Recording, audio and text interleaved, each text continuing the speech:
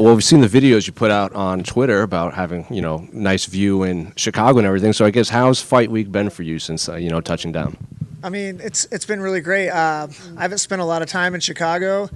We stayed in Wicker Park the first couple nights. Super cool. It's the best neighborhood. Yeah, food was great. People super nice. Honestly, it couldn't be better. They get better and better every time, honestly. You've been around the sport for a long time. You fought on big cards. You fought in, the tough gym and everything. So I assume like the spotlight and everything isn't new to you, but a guy like Kai, when his name comes across, a guy, a lot of diehard fans have there was a lot of hype around him coming in, I guess. So what did you make of Kai as an opponent? Were you happy that you got this matchup? I'm super happy about the matchup. I mean, I was in the UFC before USADA, and I've in the UFC after USADA.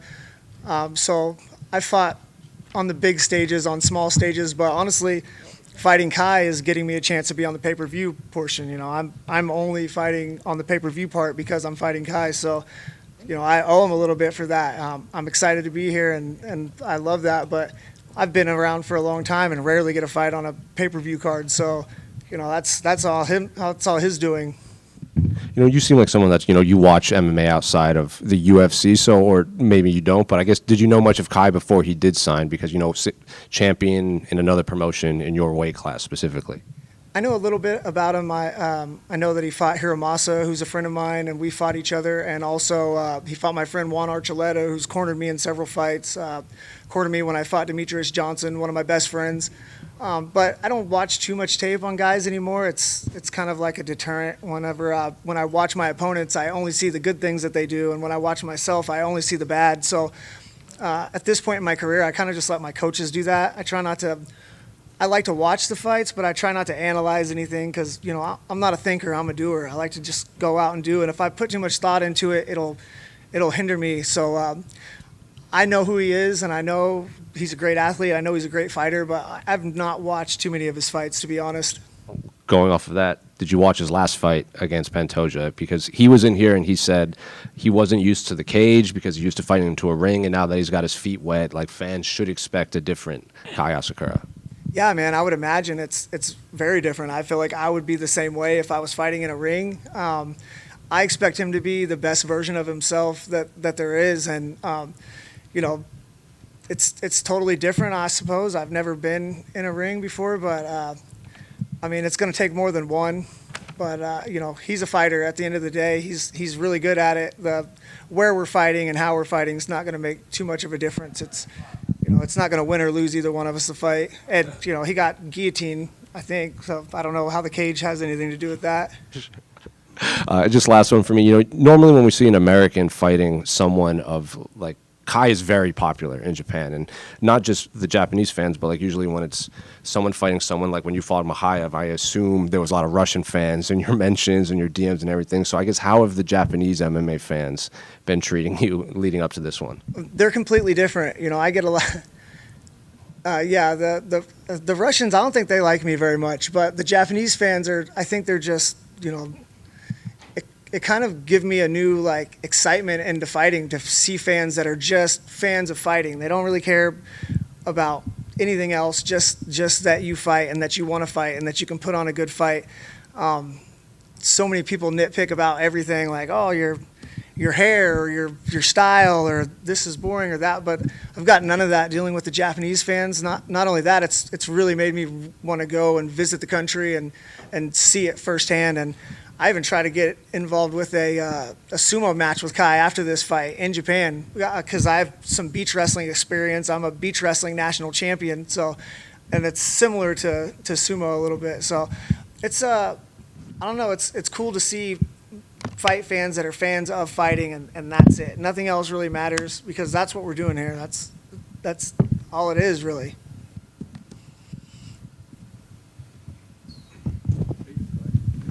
Yeah, sorry, I just wanted to get your thoughts on the main event. Who you got between Du Plessis and Chimaev? Man, honestly, I keep going back and forth on it. Chimaev just looks so big and unstoppable. I'm going to go with Chimaev. I'm also a big fan of. He hasn't fought that many times, but every time that he's going to fight, I always kind of get excited to watch. But I mean, it's going to be a tough fight. It's very interesting and exciting. I don't really know. If I was betting Well, I don't know. I'm going to go Chimaev on that. I think he's just too big and too strong. Excuse me. You've had 20 fights in the UFC, and obviously the division has changed a lot. How has the division changed, and how have you changed with it? Man, I mean, forever they were going to do away with the division, and then I remember when there was only 4 or 5 guys in the whole division, but I always stood fast and tried to stick around. I could definitely fight at 135 pounds, but I feel like I was one of the guys that kind of paved the way in the UFC for flyweights. Me and John Dodson and Ian McCall. There wasn't that many guys, but it's different now because there's a bunch of savages here. It's one of the most exciting. It's always been exciting, but now you got some stars in there, and the title has changed from Mighty Mouse being the reigning champ to Pantoja now, and it's really kind of open, and nothing's set in stone with who's going to be the champ, and there's so many good guys. I seen that on my season of The Ultimate Fighter, all these savages from different countries in there. So I don't know. I'm glad I stuck with it, and I feel like my legacy may not be the greatest, but I'm always going to be one of those guys that help keep this division around. And then your last fight was in December 2023. Are you at all worried about ring rust and kind of being rusty when you step in there against Kaio on Saturday? Man, I'm worried about so many things, but ring rust isn't really one of them.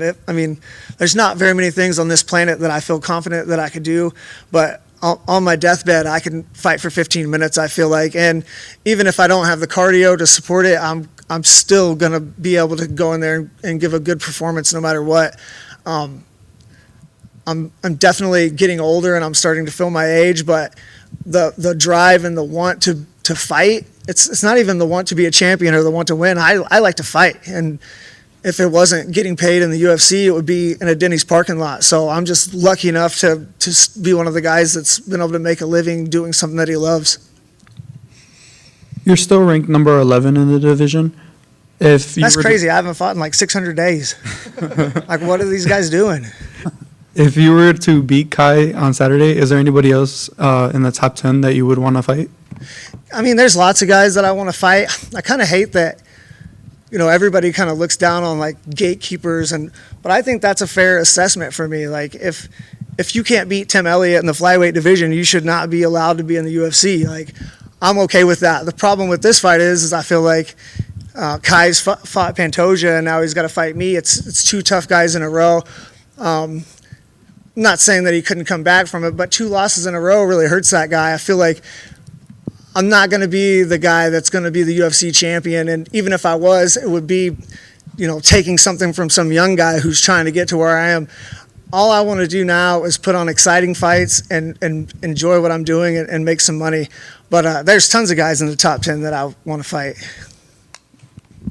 We'll just follow up on that in the front right here, other side. Oh, shit. Did you say you don't think you would be UFC champion? Is that what you said? It's not that I don't think it. It's just that's not my goal is not try to be champion of the world. I don't necessarily care about that. My money's the same. I just want to put on good performances and have exciting fights and be able to support my family with this, this job that I've had since 2010. It's taken me a lot of places, but the most important thing is I've got to spend so much time with my daughter. I never had to have a babysitter or any of that, and the UFC allowed me to do that.